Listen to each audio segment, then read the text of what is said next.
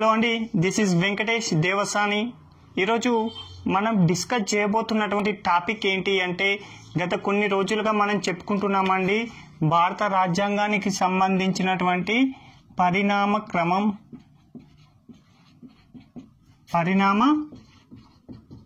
క్రమం స్వభావం గురించి మనం డిస్కస్ చేస్తున్నామండి. ఈ యొక్క టాపిక్లో భాగంగానే గత క్లాసులో కొన్ని చట్టాల గురించి తెలుసుకున్నామండి. ఓకేనా? ఆ చట్టాలు వచ్చేసి 1773, 1781, 1784, 1793, 1813 ఇలా కొన్ని చట్టాల గురించి అయితే గత క్లాసులో మనం తెలుసుకున్నాం కదా.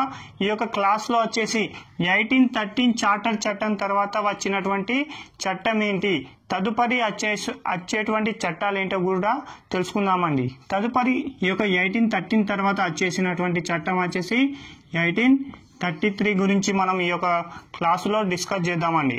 ఓకేనా? ఫస్ట్ ఆఫ్ ఆల్ చూసుకుందామండి. గత క్లాసులో 1813 చార్టర్ చట్టం గురించి చెప్పుకున్నామండి. దాని గురించి మళ్ళీ చెప్పుకున్న తర్వాతనే 1833 చార్టర్ చట్టం గురించి చెప్పుకుందాం. ఓకేనా అండి? ఈ యొక్క 1813 చార్టర్ చట్టం ప్రకారం ఏమని చెప్పుకున్నాము అంటే, భారతదేశంలో ఈస్ట్ ఇండియా కంపెనీ వారు వ్యాపారాన్ని నిర్వహించుకోవడం కోసమై మరొక 20 సంవత్సరాల పాటు అనుమతినైతే ఈ యొక్క చట్టం ప్రకారం ఇచ్చారని చెప్పుకున్నాం. అలాగే ఈ యొక్క చట్టం ప్రకారం ఈస్ట్ ఇండియా కంపెనీకి సంబంధించినటువంటి గుత్తాధిపత్యాన్ని పాక్షికంగా రద్దు చేశారని కూడా చెప్పామండి. ఎందుకు గుత్తాధిపత్యం అంటే ఏంటి అని చెప్పామండి గత క్లాసులోనే. ఏమని చెప్పాం? భారతదేశంలో వ్యాపారాన్ని కేవలం ఈస్ట్ ఇండియా కంపెనీ వారు మాత్రమే నిర్వహించుకోవడానికి అవకాశం ఉంటే దానినే గుత్తాధిపత్యంగా చెప్పుకున్నాం. ఓకేనా? అలాంటి గుత్తాధిపత్యాన్ని ఈస్ట్ ఇండియా కంపెనీకి సంబంధించి పాక్షికంగా ఈ యొక్క 1813 ప్రకారం రద్దు చేశారు. ఓకేనా? అలా రద్దు చేశారు. కానీ చైనాతో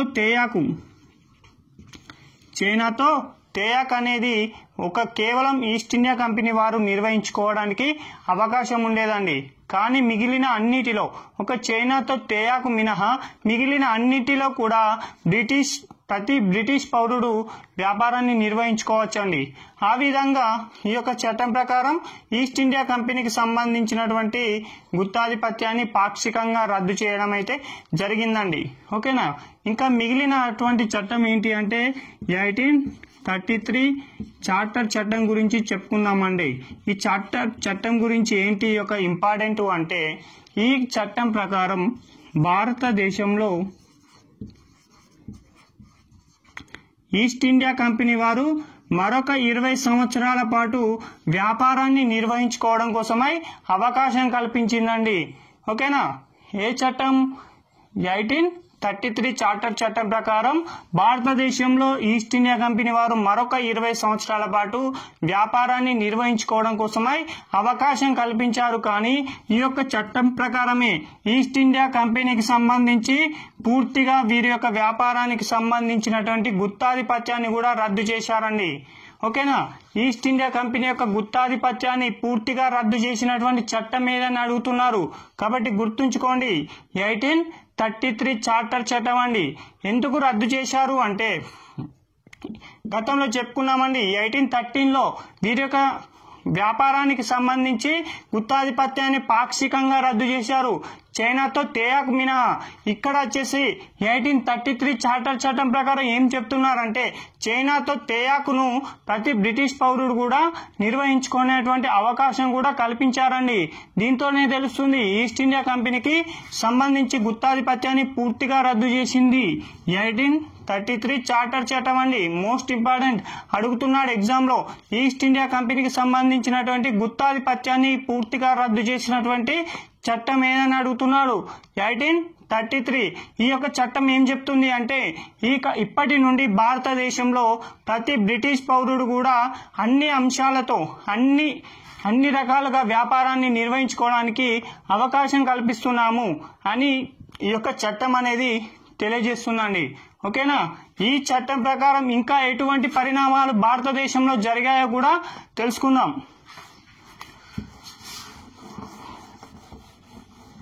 ఓకేనా అండి?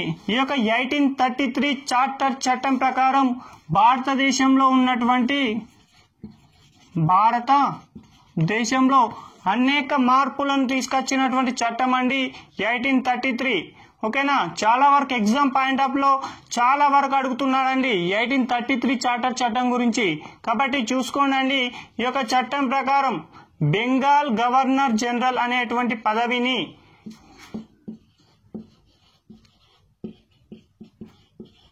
బెంగాల్ గవర్నర్ జనరల్ అనేటువంటి పదవిని మార్పు చేస్తూ ఈ యొక్క పదవిని మార్పు చేస్తూ భారతదేశ గవర్నర్ జనరల్ గా మార్చడం జరిగిందండి. ఓకేనా, బెంగాల్ గవర్నర్ జనరల్ అనేటువంటి పదవిని మార్పు చేసి దానిని భారతదేశానికి సంబంధించినటువంటి గవర్నర్ జనరల్ గా మార్చారండి. అలా భారతదేశ గవర్నర్ జనరల్ గా మార్చిన తర్వాత తొలి భారతదేశ గవర్నర్ జనరల్ ఎవరు అని అడుగుతున్నారు. కాబట్టి గుర్తుంచుకోండి, విలియం బెంటింగ్. చాలా వరకు ఇంపార్టెంట్ అండి. ఓకేనా, తొలి భారతదేశ గవర్నర్ జనరల్ ఎవరు అని అడుగుతున్నారు. కాబట్టి గుర్తుంచుకోండి, విలియం బెంటింగ్ అండి. ఓకే అండి, ఇక్కడ క్వశ్చన్ చూసుకోండి. బెంగాల్ గవర్నర్ జనరల్ అనేటువంటి పదవిని ఎప్పుడు ఏర్పాటు చేశారో గత క్లాసులో చెప్పామండి. ఎప్పుడు ఏర్పాటు చేశారు? 1773లో. ఓకేనా, 1773 రెగ్యులేటింగ్ చట్టం ద్వారా బెంగాల్ గవర్నర్ అనేటువంటి పదవిని రద్దు చేసి బెంగాల్ గవర్నర్ జనరల్ గా మార్చితే దానిని తదుపరి 1833 చార్టర్ చట్టం ద్వారా బెంగాల్ గవర్నర్ జనరల్ అనేటువంటి పదవిని భారతదేశ గవర్నర్ జనరల్ గా మార్చడం జరిగింది. ఓకేనా, అలా మార్చిన తర్వాత తొలి భారతదేశ గవర్నర్ జనరల్ గా విలియం బెంటింగ్ గారిని నియమించిందండి బ్రిటిష్ ప్రభుత్వం. ఇక్కడ ఇంకోటి చూసుకోండి, చివరి బెంగాల్ గవర్నర్ జనరల్ ఎవరు అని అడుగుతున్నారు. చివరి బెంగాల్ గవర్నర్ జనరల్ ఎవరు అంటే విలియం బెంటింగ్ అండి. విలియం బెంటింగ్ అండి. అలాగే భారతదేశానికి సంబంధించి తొలి గవర్నర్ జనరల్ గా మార్చిన తర్వాత ఎవరు అంటే విలియం బెంటింగ్ అండి. ఓకేనా, అలాగే చూసుకోండి, బెంగాల్ గవర్నర్ జనరల్ తొలి బెంగాల్ గవర్నర్ జనరల్ ఎవరు అంటే వారెన్ హేస్టింగ్స్ అండి. ఓకేనా, వారెన్ హేస్టింగ్స్ అండి. ఈ విధంగా చూసుకుంటూ చదవండి, మోస్ట్ ఇంపార్టెంట్ అండి. ఇక్కడ నుంచి ఒక క్వశ్చన్ వచ్చేటువంటి అవకాశం ఉంటుంది 1833 చార్టర్ చట్టం నుండి. ఓకేనా, ఇంకా చూసుకుందామండి. ఇంకా ఏంటి ఒక చట్టం ఇంపార్టెంట్ అంటే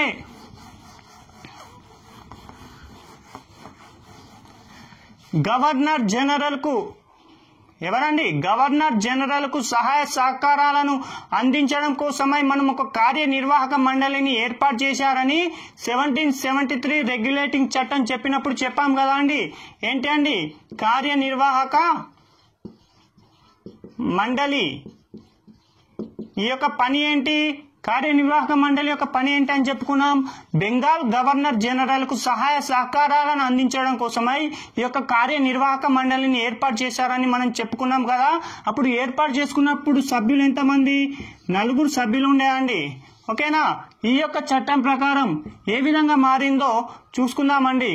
అలా చూసుకునే పూర్వం కంటే ఏ విధంగా మార్పు చెందుతూ వస్తుందో చూసుకుంటే మీకు ఈజీగా ఉంటుంది. ఓకేనా, 1773 రెగ్యులేటింగ్ చట్టం ద్వారా ఏర్పాటు చేసినప్పుడు కార్యనిర్వాహక మండలిలో ఉన్నటువంటి సభ్యుల సంఖ్య 4 ఉండేయండి. ఓకేనా, ఈ యొక్క సంఖ్యను 1784లో పిట్స్ ఇండియా చట్టం ప్రకారం ఈ యొక్క సంఖ్యను 3కు తగ్గించడం జరిగిందండి. ఓకేనా, 3కి తగ్గించడం జరిగిందండి.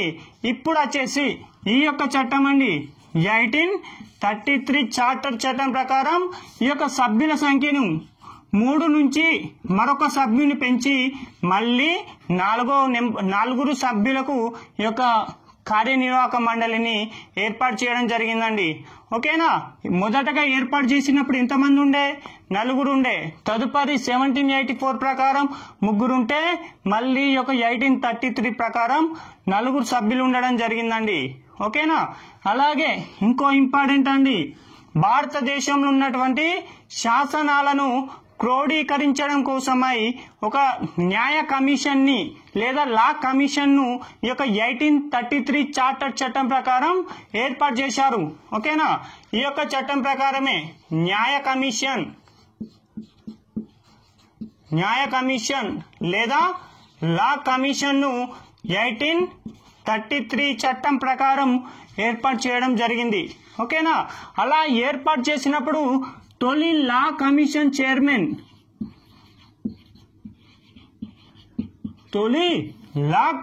చైర్మన్ ఎవరు అంటే లార్డ్ మెకాలే. ఓకేనా, తొలి లా కమిషన్ చైర్మన్ ఎవరు అని అడుగుతున్నాడు చాలా వరకు ఎగ్జామ్ లో. ఓకేనా, లార్డ్ మెకాలే. లేకపోతే లా కమిషన్ ను ఏ చట్టం ప్రకారం ఏర్పాటు చేశారో అని అడుగుతున్నారు. కాబట్టి చూసుకోండి 1833 చార్టర్ చట్టం ప్రకారం అండి.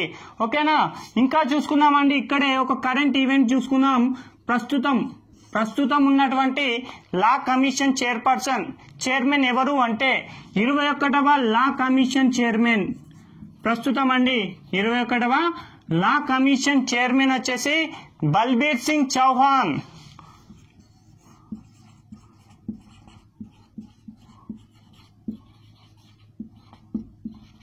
ఎవరండి? ప్రస్తుతం ఉన్నటువంటి కమిషన్ వచ్చేసి 21వది. ఓకేనా, దానికి సంబంధించినటువంటి చైర్మన్ బల్బీర్ సింగ్ చౌహాన్ అండి. ఓకేనా, అలాగే ఈ యొక్క లా కమిషన్ కు సంబంధించినటువంటి పదవి కాలం వచ్చేసి 3 సంవత్సరాలండి. లా కమిషన్ చైర్మన్ పదవి కాలం 3 సంవత్సరాలు. ఈ విధంగా లా కమిషన్ అనేది గురించి మనం తెలుసుకున్నామండి. ఇంకా ఈ యొక్క 1833 చార్టర్ చట్టం ప్రకారం ఇంకా ఏం ఏర్పాటు చేశారు అంటే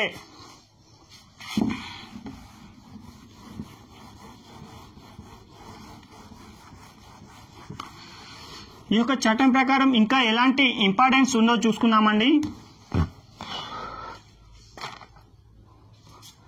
ఈ యొక్క చట్టం ప్రకారం భారతదేశంలో జరిగినటువంటి పరిణామాలను చూసుకుంటున్నామండి. ఇంకా ఈ యొక్క చట్టం ప్రకారం ఎటువంటి విధానాలను ఏర్పాటు చేశారు అంటే భారతదేశంలో ఆంగ్లేయ విద్యను కూడా ఈ యొక్క చట్టం ప్రకారం ప్రవేశపెట్టడం జరిగింది.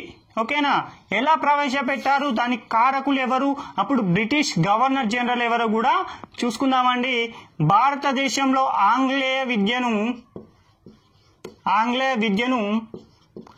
ప్రవేశపెట్టినది వచ్చేసి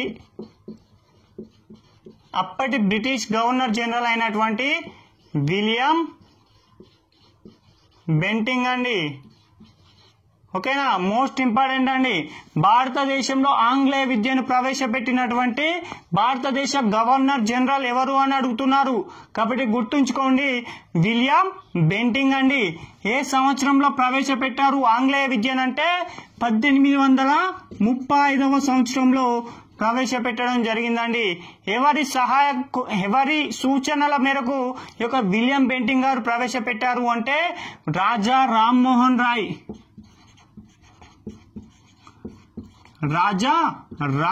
రాయ్ గారి యొక్క సలహాలు సూచనల మేరకే విలియం బెంటింగ్ గారు 1835వ సంవత్సరంలో భారతదేశంలో ఆంగ్లేయ విద్యను ప్రవేశపెట్టడం జరిగింది. ఓకేనా, ఇంకా ఈ చట్టం ప్రకారం ఏంటి ఇంపార్టెన్స్ అంటే భారతదేశంలో సంబంధించి సివిల్ సర్వీసెస్లకు నిర్వహించే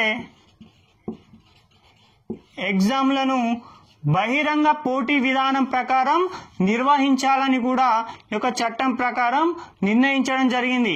ఓకేనా, ఏంటి ఈ బహిరంగ పద్ధతిలో పోటీని నిర్వహించడం ఏంటి అంటే చూసుకుందామండి.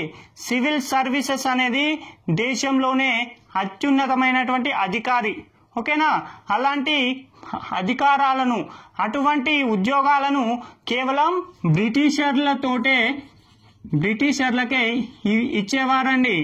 ఎప్పుడు 18వ శతాబ్దంలో. అయితే భారతదేశంలో ఆ యొక్క ఉద్యోగాలకు అన్ని అర్హతలు ఉన్నటువంటి భారతీయులకు మాత్రం ఆ ఉద్యోగాలకు అవకాశాన్ని కల్పించలేకపోయిందండి బ్రిటిష్ ప్రభుత్వం. దీంతో కేవలం అక్కడ అర్హత లేకున్నా బ్రిటిషర్లు అనే జాతిని చూసి జాతీయత భావాన్ని చూసి బ్రిటిషర్లకు అత్యున్నతమైనటువంటి ఉద్యోగాలు ఇచ్చేవారండి. ఎప్పుడు 18వ శతాబ్దంలో. కానీ భారతీయులలో అన్ని అర్హతలు ఉంటాయి. సివిల్ సర్వీసెస్ కు ఎంపిక కావడానికి ఉన్నటువంటి అన్ని అర్హతలు ఉన్నా కానీ అప్పుడు పరీక్షలు అనేవి నిర్వహించక కేవలం బ్రిటిషర్లను మాత్రమే ఈ యొక్క ఉద్యోగాలలో నియమించేవారు. ఓకేనా, అర్థమవుతుంది. అలా నియమిస్తుంటే మేము అన్ని అర్హతలు ఉన్నా కానీ మాకెందుకు ఆ యొక్క ఉద్యోగాలు ఇవ్వడం లేదని భారతీయులు చాలా వరకు మనస్తాపానికి బాధకు గురవుతారు. దీంతో భారతీయులకు కూడా అత్యున్నతమైనటువంటి ఉద్యోగం ఇవ్వాలి కాబట్టి ఎగ్జామ్ పెట్టండి, ఎగ్జామ్ పెడితే ఎవరైతే టాలెంట్ ఉంటుందో వారికే మీరు ఉద్యోగాలు ఇవ్వాలి, కానీ కేవలం మా దేశవస్తులు అని బ్రిటిష్ ప్రభుత్వం మీరు వాళ్ళకు మాత్రమే ఉద్యోగాలు ఇస్తున్నారు, కానీ అన్ని అర్హతలు ఉన్నటువంటి మా భారతీయులకు మీరు ఉద్యోగాలు కల్పిస్తలేరని భారతీయులు అందరూ కూడా ఒక విధమైనటువంటి ఆందోళన చేయడంతో ఈ యొక్క పోటీ విధానాన్ని నిర్ణయించాలని ఒక ప్రతిపాదన అయితే రావడం జరుగుతుంది. కానీ ఈ యొక్క ప్రతిపాదనను బోర్డ్ ఆఫ్ కంట్రోల్ వ్యతిరేకించడంతో ఈ ప్రతిపాదన అనేది అంతవరకు ఆమోదం రాలేదండి, అమల్లోకి రాలేకపోయింది. ఓకేనా, అర్థమవుతుంది కదా. ఇంకా చూసుకుందామండి, ఈ యొక్క 1833 చార్టర్ చట్టాన్ని మోస్ట్ ఇంపార్టెంట్ అండి. మరొక పేరు ఏమని అడుగుతున్నాడు.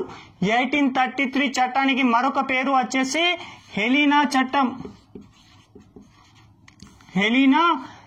అండి. 1833 చార్టర్ చట్టం యొక్క మరొక పేరు హెలీనా చట్టం. ఓకేనా, ఈ హెలీనా చట్టం ప్రకారం క్రింది స్థాయి ఉద్యోగాలలో భారతీయులకు అవకాశాన్ని కల్పించడం జరిగిందండి. ఓకేనా, క్రింది స్థాయి అంటే గుమాస్తా లేదా గ్రేడ్ 4 లాంటి ఉద్యోగాలలో మాత్రమే భారతీయులకు అవకాశం కల్పించారు. అలాగే సివిల్ సర్వీసెస్ లాంటి ఉద్యోగాలలో భారతీయులకు అవకాశం అనేది కల్పించలేదండి ఈ యొక్క చట్టం ప్రకారం. ఓకేనా, ఈ విధంగా 1833 చార్టర్ చట్టం అంటే చాలా వరకు ఇంపార్టెంట్ కాబట్టి ఇంత డెప్త్ గా చెప్పానండి. ఇంకా చూసుకుందామండి, 1833 చార్టర్ చట్టం తర్వాత భారతదేశంలోకి వచ్చినటువంటి మరొక చట్టమే 1853 చట్టం. ఓకేనా, 1853 చార్టర్ చట్టం ఏంటి, భారతదేశంలో ఎటువంటి మార్పులను తీసుకొచ్చిందో చూసుకుందామండి. చూసుకోండి, 1853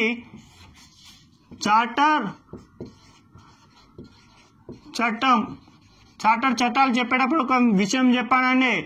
చార్టర్ అంటే ఏమని చెప్పుకున్నాం, ఒప్పందం అని అర్థం. ఓకేనా, అది మాత్రం మర్చిపోకండి. ఇంకా చూసుకుందామండి, ఈ యొక్క 1853 చార్టర్ చట్టం ప్రకారం ఈస్ట్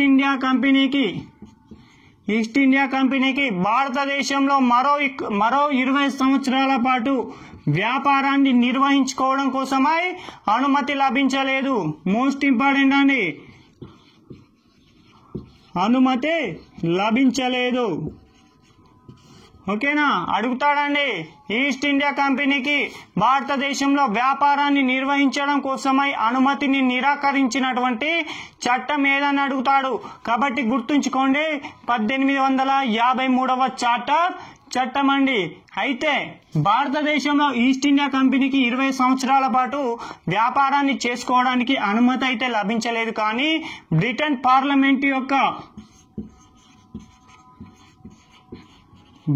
పార్లమెంట్ యొక్క అనుమతి ఉన్నంత వరకు మీరు భారతదేశంలో వ్యాపారాన్ని నిర్వహించుకోవచ్చు అనేటువంటి ఒక అవకాశాన్ని కల్పించారండి ఈ యొక్క 1853 చార్టర్ చట్టం ప్రకారం.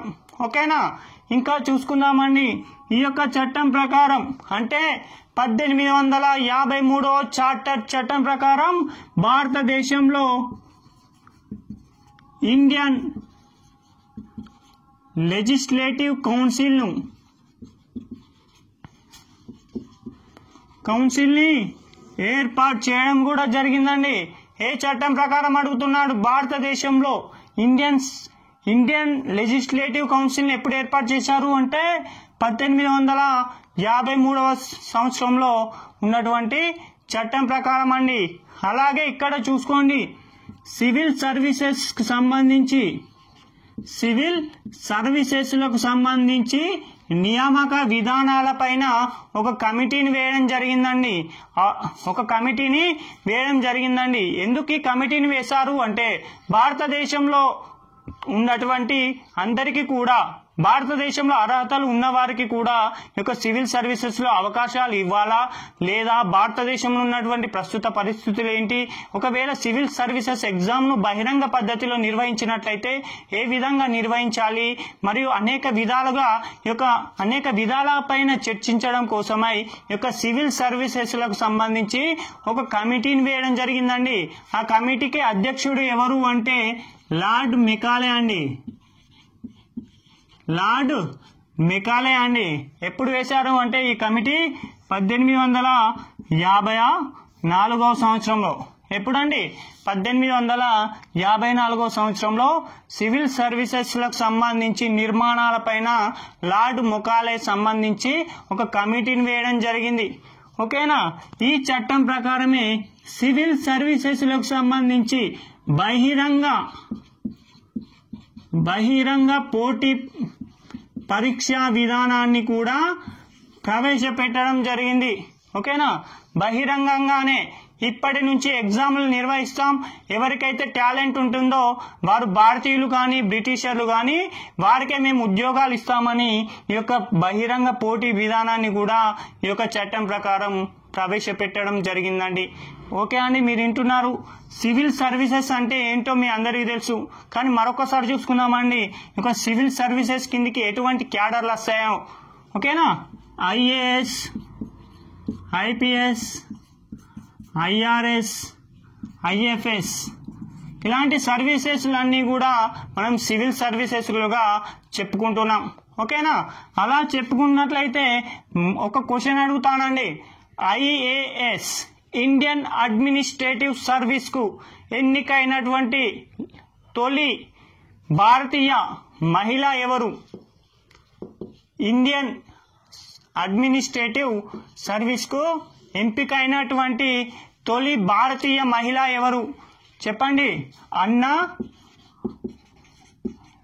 జార్జ్ మల్హోత్రా అండి. ఎవరండి? మొట్టమొదటి మహిళా ఐఏఎస్ అధికారి అన్నా జార్జ్ మల్హోత్రా అయితే మొట్టమొదటి మహిళా ఐపీఎస్ అధికారి వచ్చేసి కిరణ్ బేడి అండి. మోస్ట్ ఇంపార్టెంట్ అండి ఇవన్నీ కూడా. ఓకేనా? అలాగే చూసుకుందామండి. ఇంకోటి ప్రపంచ లేదా అఖిల భారత సివిల్ సర్వీసెస్ పితామహుడు ఎవరండి ప్రపంచంలో? ఓకేనా? ప్రపంచంలో అఖిల భారతీయ సివిల్ సర్వీసెస్ కు సంబంధించి పితామహుడు ఎవరు అంటే కారన్ వాలిస్ అండి. కారన్ వాలిస్ అనేటువంటి వ్యక్తి ప్రపంచానికి సంబంధించి సివిల్ సర్వీసెస్ పితామహుడుగా చెప్పుకుంటే, భారతదేశానికి సంబంధించి సివిల్ సర్వీసెస్ పితామహుడు వచ్చేసి సర్దార్ వల్లభాయ్ పటేల్. మోస్ట్ ఇంపార్టెంట్ అండి, చాలా వరకు అడుగుతున్నాడు ఎగ్జామ్. భారతదేశంలో సివిల్ సర్వీసెస్ పితామహుడు ఎవరు అంటే సర్దార్ వల్లభాయ్ పటేల్ అయితే ప్రపంచంలో వచ్చేసి కారన్ వాలిస్ అండి. ఓకేనా? ఈ విధంగా చూసుకుంటున్నామండి. ఇంకా ఏంటి ఈ యొక్క చట్టం ప్రకారం ఇంకా ఇంపార్టెన్స్ అంటే ఈ యొక్క చట్టానికి సంబంధించి ఇది సరిపోతుందండి. దాదాపుగా అడిగేటువంటి అవకాశాలు ఉన్నటువంటి విషయం ఏంటంటే సివిల్ సర్వీసెస్ కు సంబంధించి కమిటీ ఎవరి నేతృత్వంలో వేశారు, లేదా ఏ చట్టం ప్రకారం వేశారు, లేదా ఏ సంవత్సరంలో వేశారు లాంటి క్వశ్చన్ వచ్చేటువంటి అవకాశం ఉందండి ఇందులో. ఓకేనా? ఈ చట్టం తర్వాత ఇంకా అత్యంత ఇంపార్టెంట్ ఉన్నటువంటి చట్టం అండి, మోస్ట్ ఇంపార్టెంట్ చట్టం అండి. ఆ చట్టం పేరు ఏంటి అంటే 1858. ఏంటండి? 1858 భారత ప్రభుత్వ చట్టం. ఏం చట్టం? 1858 భారత ప్రభుత్వ చట్టం. ఓకేనా? ఒక్క నిమిషం. ఈ చట్టం రావడానికి ప్రధాన కారణం ఏంటి? అంటే చూసుకుందామండి. మీ అందరికీ తెలుసు 1857 మే 10వ తేదీన ఒక తిరుగుబాటు జరుగుతుందండి. ఆ తిరుగుబాటే సిపాయిల తిరుగుబాటుగా చెప్పుకుంటున్నాం. ఓకేనా, సిపాయిల తిరుగుబాటుగా చెప్పుకుంటున్నామండి. ఎప్పుడండి? 1857 మే 10వ తేదీన. అలా జరిగినటువంటి సిపాయిల తిరుగుబాటును భారతదేశంలో ఉన్నటువంటి ఈస్ట్ ఇండియా కంపెనీ సక్రమంగా అణిచివేయలేదనే ఉద్దేశంతో ఈస్ట్ ఇండియా కంపెనీని భారతదేశంలో పూర్తిగా రద్దు చేస్తారండి బ్రిటిష్ ప్రభుత్వం. ఓకేనా, ఒక్కసారి చూడండి. 1857 మే 10వ తేదీన భారతదేశంలో జరిగినటువంటి సిపాయిల తిరుగుబాటును భారతదేశంలో వ్యాపారాన్ని నిర్వహిస్తున్నటువంటి ఈస్ట్ ఇండియా కంపెనీ సక్రమంగా అణిచివేయలేదనే ఉద్దేశంతో ఈస్ట్ ఇండియా కంపెనీని భారతదేశంలో పూర్తిగా రద్దు చేస్తారండి. ఓకేనా, ఇక్కడ క్వశ్చన్ అడుగుతారండి, భారతదేశంలో ఈస్ట్ ఇండియా కంపెనీని పూర్తిగా రద్దు చేసినటువంటి చట్టం ఏది అంటే 1858 భారత ప్రభుత్వ చట్టం అండి. ఓకేనా, ఇంకా ఈ చట్టం ప్రకారం 1858 నవంబర్ 1న మోస్ట్ ఇంపార్టెంట్ అండి, 1858 నవంబర్ 1న భారతదేశంలో బ్రిటిష్ రాణి యొక్క ప్రత్యక్ష పాలన ప్రారంభమవుతుందండి. ఎప్పుడండి? 1858 నవంబర్ 1 నుంచి భారతదేశంలో ఇక నుంచి బ్రిటిష్ రాణి పరిపాలిస్తుంది అని ఒక చట్టాన్ని తీసుకొస్తారండి. ఆ చట్టమే 1858 భారత ప్రభుత్వ చట్టం అండి. ఈ యొక్క ప్రకటననే విక్టోరియా మహారాణి ప్రకటన అని కూడా చెప్పుకుంటున్నామండి. ఓకేనా, విక్టోరియా మహారాణి ప్రకటన అని కూడా చెప్పుకుంటున్నామండి. ఇంకా చూసుకుందామండి, ఈ యొక్క చట్టానికి సంబంధించి ఇంకా ఏంటి ఇంపార్టెన్స్ అంటే, ఈ యొక్క 1858 చట్టం ప్రకారం భారతదేశంలో జరుగుతున్నటువంటి రాజకీయానికి సంబంధించిన అంశాలను మరియు వ్యాపార అంశాలను మరే ఇతర అంశాలను ఎప్పటికప్పుడు బ్రిటిష్ ప్రభుత్వానికి తెలియజేయడం కోసమై భారతదేశంలో ఒక భారత రాజ్య కార్యదర్శి అనేటువంటి ఒక పదవిని ఏర్పాటు చేస్తారండి. భారత రాజ్య కార్యదర్శి అనేటువంటి ఒక పదవిని ఏర్పాటు చేస్తారండి. ఇతను ఏం చెప్తాడు అంటే, భారతదేశానికి సంబంధించినటువంటి సమాచారాన్ని ఎప్పటికప్పుడు బ్రిటిష్ ప్రభుత్వానికి తెలియజేస్తాడండి. ఇతను వచ్చేసి ఒక కేంద్ర కేబినెట్ హోదా కలిగినటువంటి మంత్రి అండి. ఓకేనా, అలా ఏర్పాటు చేసినటువంటి భారత రాజ్య కార్యదర్శి తొలి వ్యక్తి ఎవరు అంటే sir Charles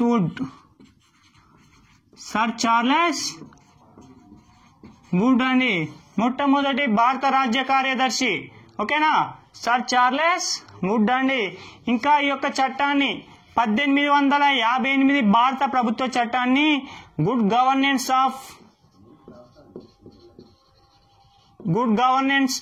of Indian act గా చెప్పుకుంటున్నారండి. ఇండియన్ యాక్ట్ గా చెప్పుకుంటున్నాడండి.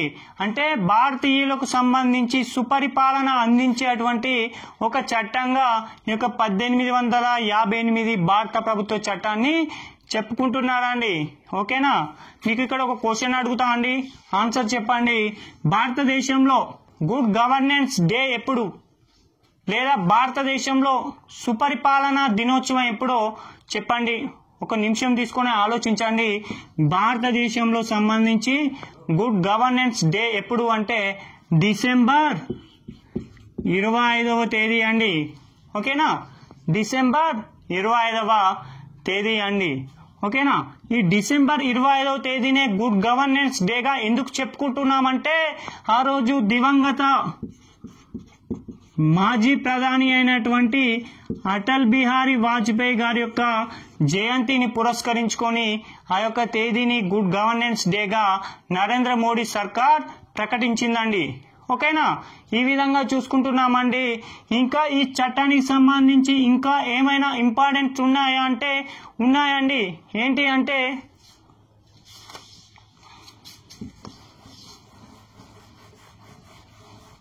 ఇంకా ఈ చట్టానికి సంబంధించి ఇంకా ఏంటి ఇంపార్టెంట్ ఉన్నాయి అంటే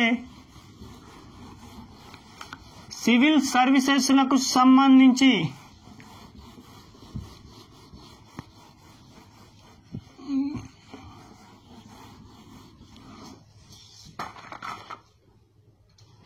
ఇంకా ఈ చట్టానికి సంబంధించి ఇంకా ఏం ఇంపార్టెన్స్ ఉన్నాయి అంటే గుడ్ గవర్నెన్స్ యాక్ట్ గా చెప్పుకుంటున్నామండి 1858. ఈ చట్టం ప్రకారం ఇంకా ఏంటి అంటే 1859లో సివిల్ ప్రొసీజర్ కోడ్ ఏర్పడిందండి. సివిల్ ప్రొసీజర్ కోడ్ ఏర్పడిందండి. సిపిసి. ఓకేనా? ఎప్పుడండి? 1859 సంవత్సరం. అలాగే 1860 సంవత్సరంలో ఇండియన్ పీనల్ కోడ్ కూడా ఏర్పడిందండి. ఐపీసీ అంటామండి ఇండియన్ పీనల్ కోడ్ ని. ఎప్పుడండి? 1860 సంవత్సరంలో. ఇంకోటండి 1861 ఇండియన్ క్రిమినల్ ప్రొసీజర్ కోడ్ అండి. సిపిసి. ఎప్పుడండి? 1861 సంవత్సరంలో. ఈ మూడు ఇంపార్టెంట్ అండి. 1859 సివిల్ ప్రొసీజర్ కోడ్ వస్తే, 1860లో ఇండియన్ పీనల్ కోడ్ వస్తే, 1861లో క్రిమినల్ ప్రొసీజర్ కోడ్ రావడం జరిగిందండి. ఇవన్నీ కూడా చాలా వరకు ఇంపార్టెంట్ అండి. ఇంకా చూసుకుందామండి ఈ చట్టానికి సంబంధించి భారతదేశంలో ఈ చట్టం ప్రకారం పరిపాలన ఏ విధంగా కొనసాగిందో కూడా చూసుకుందాం. ఓకేనా? భారతదేశంలో ఈ యొక్క 1858 భారత ప్రభుత్వ చట్టం ప్రకారం పరిపాలన ఏ విధంగా కొనసాగిందో చూద్దామండి. ఫస్ట్ ఆఫ్ ఆల్ భారతదేశానికి సంబంధించి పరిపాలన ఎలా ఉంటుందంటే మొదటగా బ్రిటిష్ రాణి ఉంటుందండి. ఓకేనా? తదుపరి ఈమె కింద వచ్చేసి బ్రిటిష్ పార్లమెంట్ ఉంటుందండి.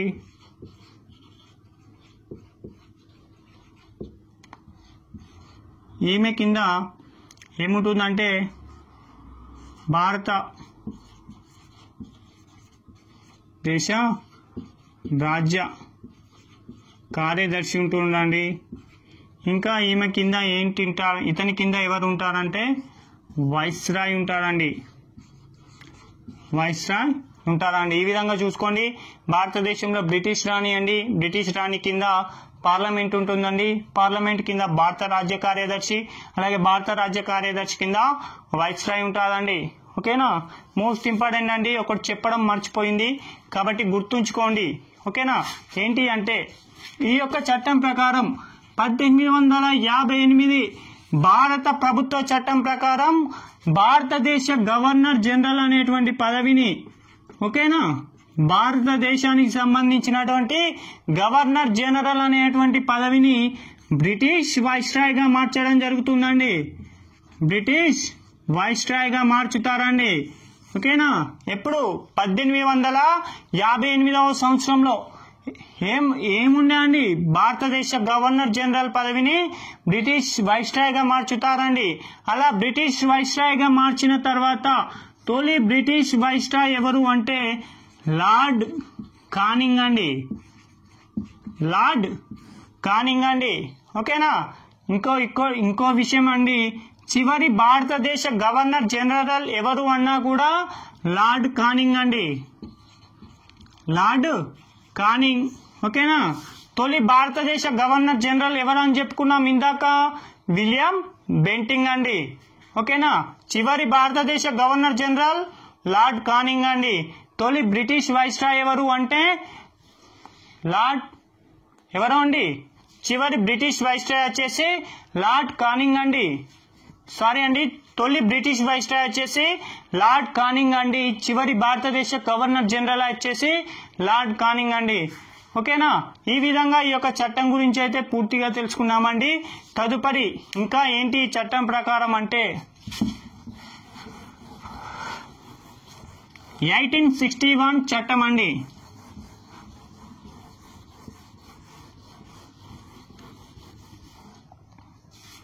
1861 అండి మోస్ట్ ఇంపార్టెంట్ అండి. 1861 కౌన్సిల్ చట్టం అండి. ఇక్కడ నుంచి కౌన్సిల్ చట్టాలు స్టార్ట్ అండి. కౌన్సిల్ చట్టం అండి 1861 ప్రకారం. ఓకేనా? ఈ యొక్క చట్టం ప్రకారం ఏంటి ఇంపార్టెంట్ అంటే కేంద్ర లెజిస్లేటివ్ కౌన్సిల్ అనేది మనం 1853లో ఏర్పాటు చేసుకున్నాం కదా. కేంద్ర లెజిస్లేటివ్ కౌన్సిల్ని మనం ఎప్పుడు ఏర్పాటు చేసుకున్నాం? 1853 చార్టర్ చట్టం ప్రకారం ఏర్పాటు చేసుకున్నాం కదా. ఈ యొక్క కేంద్ర లెజిస్లేటివ్ కౌన్సిల్కి అనధికారికంగా 3 భారతీయులకు అవకాశం కల్పిస్తారండి ఈ లెజిస్లేటివ్ కౌన్సిల్లో. ఓకేనా? అనధికారికంగా అండి, అధికారికంగా కాదు, అనధికారికంగా 3 భారతీయులకు అవకాశం కల్పించడం జరుగుతుంది. అడుగుతున్నారు, చాలా వరకు ఇంపార్టెంట్ అండి. తొలి లెజిస్లేటివ్ కౌన్సిల్లో ఉన్నటువంటి భారతీయులు ఎవరు, వారి పేర్లను తెలియజేయండి అని అడుగుతున్నారు. కాబట్టి చూసుకోండి అండి. ఒక వ్యక్తి వచ్చేసి బెనారస్ రాజు వచ్చేసి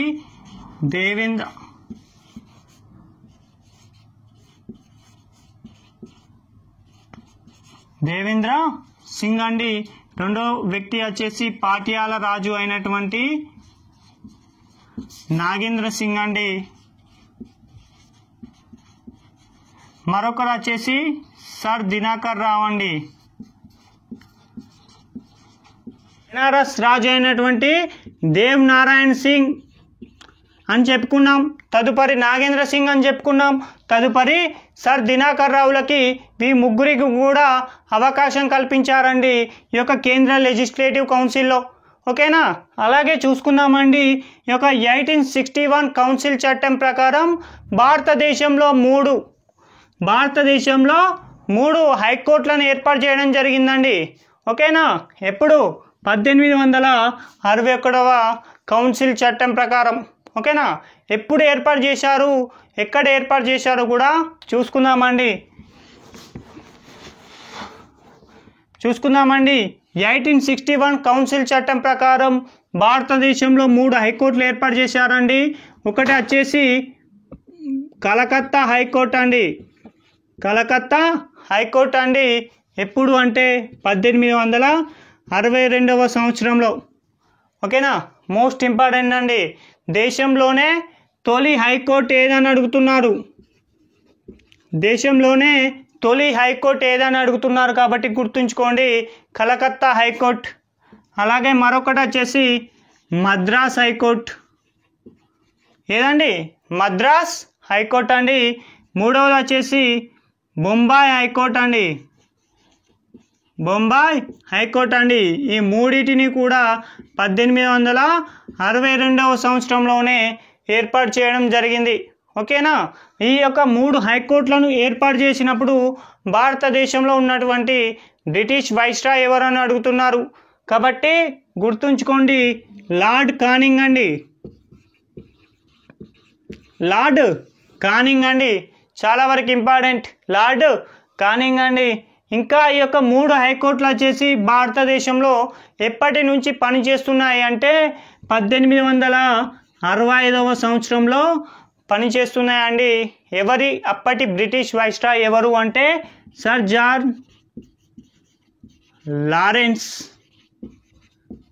జాన్ లారెన్స్ ఉన్నప్పటి నుంచి ఈ యొక్క హైకోర్టులు అనేవి తమ యొక్క విధులను నిర్వహించడం జరుగుతూ ఉన్నాయండి. అలాగే దేశంలో 4వ హైకోర్టు వచ్చేసి 1866వ సంవత్సరంలో అలహాబాదులో, ఎక్కడండి? అలహాబాదులో ఏర్పాటు చేయడం జరిగింది. ఎప్పుడు? 1866వ సంవత్సరంలో. ఓకేనా? ఒక క్వశ్చన్ అడుగుతా అండి, చెప్పండి. ప్రస్తుతం దేశంలో ఎన్ని హైకోర్టులు ఉన్నాయి అంటే 25 హైకోర్టులు ఉన్నాయని మీ అందరికీ తెలుసు. ఓకేనా? నూతనంగా ఏర్పడినటువంటి హైకోర్టు ఏది అంటే ఏపీ అండి. AP high court. ఆంధ్రప్రదేశ్ అనేది నూతనంగా హైకోర్టు ఏర్పాటు చేసుకోవడం జరిగిందండి. ఓకేనా? అలాగే ఇంకో క్వశ్చన్ అండి, ఇటీవలే కాలంలో ఆంధ్రప్రదేశ్ కంటే పూర్వం 3 రాష్ట్రాలలో హైకోర్టులను ఏర్పాటు చేయడం జరిగిందండి భారత ప్రభుత్వం. ఏంటి ఆ 3 రాష్ట్రాలు కూడా అడుగుతున్నారు. ఓకేనా? చూసుకోండి, మణిపూర్, త్రిపుర, మేఘాలయ అండి. ఈ 3 రాష్ట్రాలలో కూడా భారత ప్రభుత్వం కూడా హైకోర్టులను ఏర్పాటు చేయడం జరిగిందండి. ఈ విధంగా హైకోర్టులకు సంబంధించినటువంటి పూర్తి వివరాలను మనం తెలుసుకున్నామండి. ఓకేనా? ఓకే అండి, ఈ యొక్క చట్టాల గురించి ఇలా ఉన్నాయండి. తదుపరి క్లాసులో మనం 1892, 1909, 1919, 1935 లాంటి చట్టాల గురించి కూడా మనం తెలుసుకుందామండి. ఓకేనా? ఇంకా ఈ యొక్క 1861 చట్టం ప్రకారం ఏంటి అంటే పోర్ట్ఫోలియో విధానాన్ని ప్రవేశపెట్టడం జరిగింది భారతదేశంలో. ఓకేనా? 1861 చార్టర్ చట్టం ప్రకారం 1859వ సంవత్సరంలో భారతదేశంలో పోర్ట్ఫోలియో విధానాన్ని ప్రవేశపెట్టారండి. పోర్ట్ఫోలియో విధానాన్ని ప్రవేశపెట్టడం జరిగిందండి. ఎవరు ప్రవేశపెట్టారు అంటే లార్డ్ కానింగ్ అనేటువంటి బ్రిటిష్ వైస్రాయి ఒక పోర్ట్ఫోలియో విధానాన్ని ప్రవేశపెడితే 1859వ సంవత్సరంలో పోర్ట్ఫోలియో విధానానికి చట్టబద్ధతను కల్పించారండి. చట్టబద్ధతను కల్పించడం జరిగిందండి. ఓకేనా? మీకు డౌట్ రావచ్చండి, ఏంటి పోర్ట్ఫోలియో అంటే, పోర్ట్ఫోలియో సిస్టమ్ అంటే ఏంటో మీకు డౌట్ రావచ్చు. ఓకేనా? చెప్తానండి. పోర్ట్ఫోలియో విధానం అంటే ఏంటి అంటే మంత్రులకు శాఖలను కేటాయించే పద్ధతినే పోర్ట్ఫోలియో పద్ధతి అని చెప్పుకోవచ్చండి. ఓకేనా? పోర్ట్ఫోలియో పద్ధతి అంటే ఏమని చెప్పుకున్నాం? మంత్రులకు శాఖలను కేటాయించే పద్ధతినే పోర్ట్ఫోలియో అంటామండి. ఫర్ ఎగ్జాంపుల్, ఏ అనేటువంటి వ్యక్తికి ఒక మంత్రిత్వ శాఖను ఇద్దాం, బి అనేటువంటి వ్యక్తికి రెవెన్యూ మంత్రి, ఏ అనేటువంటి వ్యక్తికి హోంమంత్రి, ఇలా ఒక్కొక్కరికి ఒక్కొక్క శాఖను కేటాయించడం జరుగుతుంది కదా. అలా కేటాయించిన పద్ధతిని పోర్ట్ఫోలియో పద్ధతి అని అంటారండి. దాన్ని తీసుకొచ్చినటువంటి బ్రిటిష్ వైస్రాయ్ లార్డ్ కానింగ్ అండి. ఓకేనా? చట్టబద్ధత వచ్చేసి 1859వ సంవత్సరంలో కల్పించడం జరిగింది. ఈ విధంగా మనం ప్రతి చట్టాన్ని గురించి చాలా వరకు కూలంకషంగా తెలియజేసుకుంటున్నామండి. ఇంకా వచ్చేసి తదుపరి ఈ యొక్క చట్టాల గురించి అయితే తెలుసుకుందామండి. ఓకేనా? Thank you.